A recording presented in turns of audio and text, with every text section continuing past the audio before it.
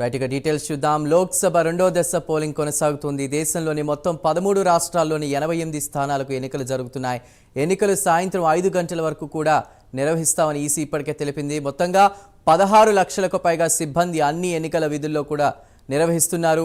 నిజానికి రెండో దశలో 89 స్థానాలకు పోలింగ్ జరగాల్సి ఉంది. కానీ మధ్యప్రదేశ్లోని బైతూల్ లోక్సభ నియోజకవర్గంలో పోటీ చేస్తున్నటువంటి బీఎస్పీ అభ్యర్థి మృతి చెందడంతో అక్కడ పోలింగ్ను ఈసీ మే 7వ తేదీకి వాయిదా వేసింది.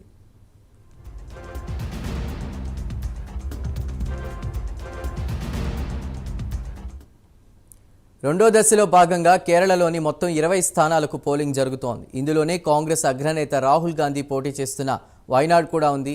గతంలో రాహుల్ గాంధీ ఉత్తరప్రదేశ్ అమేఠీ నుంచి బరిలో దిగేవారు.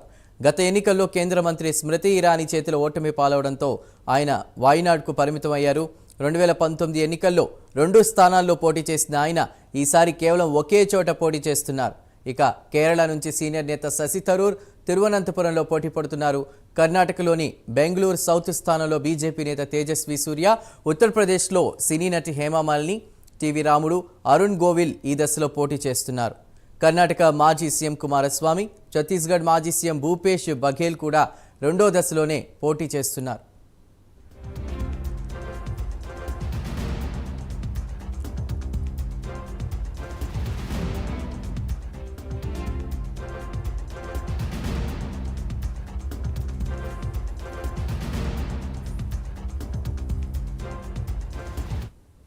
ఈ దశలో కేరళలోని 20 స్థానాలు, కర్ణాటకలో 14, రాజస్థాన్లో 13, మహారాష్ట్రలో 8, ఉత్తరప్రదేశ్లో 8, మధ్యప్రదేశ్లో 6 స్థానాలు, అస్సాం, బీహార్లలో 5 చొప్పున, ఛత్తీస్గఢ్, పశ్చిమ బెంగాల్లో 3 చొప్పున, మణిపూర్, త్రిపుర, జమ్మూ కాశ్మీర్లలో ఒక్కో స్థానంలో ఎన్నికలు జరుగుతున్నాయి. మొత్తంగా 88 సీట్లకు గాను 1200 మంది అభ్యర్థులు పోటీ పడుతున్నారు. అన్ని నియోజకవర్గాల్లో కలిపి దాదాపు 16 కోట్ల మందికి పైగా ఓటర్లు నేతల భవితవ్యాన్ని తేల్చనున్నారు.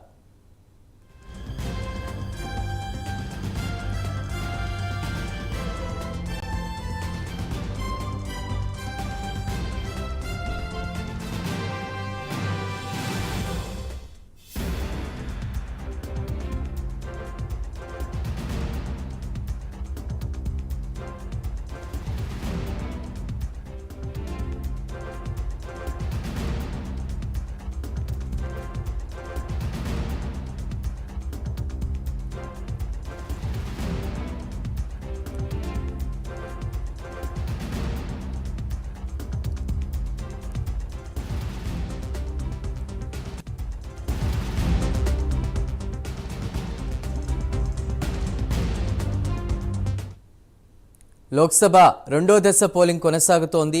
ఉదయం 7 గంటలకు పోలింగ్ ప్రారంభమైంది. వాళ్ళ సాయంత్రం 5 గంటల వరకు కూడా పోలింగ్ కొనసాగుతోంది. దేశంలోని మొత్తం 13 రాష్ట్రాల్లోని 88 స్థానాలకు ఎన్నికలు జరుగుతున్నాయి. పూర్తి వివరాలని ఢిల్లీ నుండి మా ప్రతినిధి రామకృష్ణ అందిస్తారు.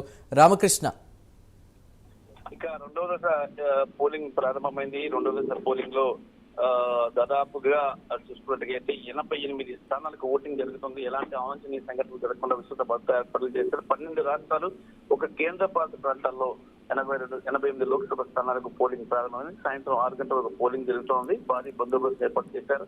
జమ్మూ కాశ్మీర్ లో ఓటు హక్కు వినియోగించిన ప్రజలు తెల్లవారుజాము నుంచే బారులు తీరారు.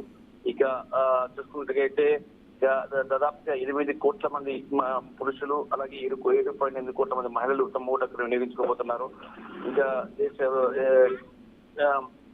పెద్ద ఎత్తున దేశవ్యాప్తంగా కూడా కేంద్ర ఎన్నికల సంఘం ఎలక్షన్ కోడ్ ని అమల్లో పెట్టిన నేపథ్యంలో ఇక కేరళలో 20 స్థానాలకు, కర్ణాటకలో 14 స్థానాలకు, రాజస్థాన్లో 13 స్థానాలకు, మహారాష్ట్ర, ఉత్తరప్రదేశ్ 8 స్థానాలకు, మధ్యప్రదేశ్ లో 6 స్థానాలకు, అస్సోం, బీహార్ 5 చొప్పున, ఛత్తీస్గఢ్, బంగాల్లో 3 చొప్పున, మణిపూర్, త్రిపుర, జమ్మూ కాశ్మీర్ ఒక స్థానానికి ఓటింగ్ జరుగుతుంది.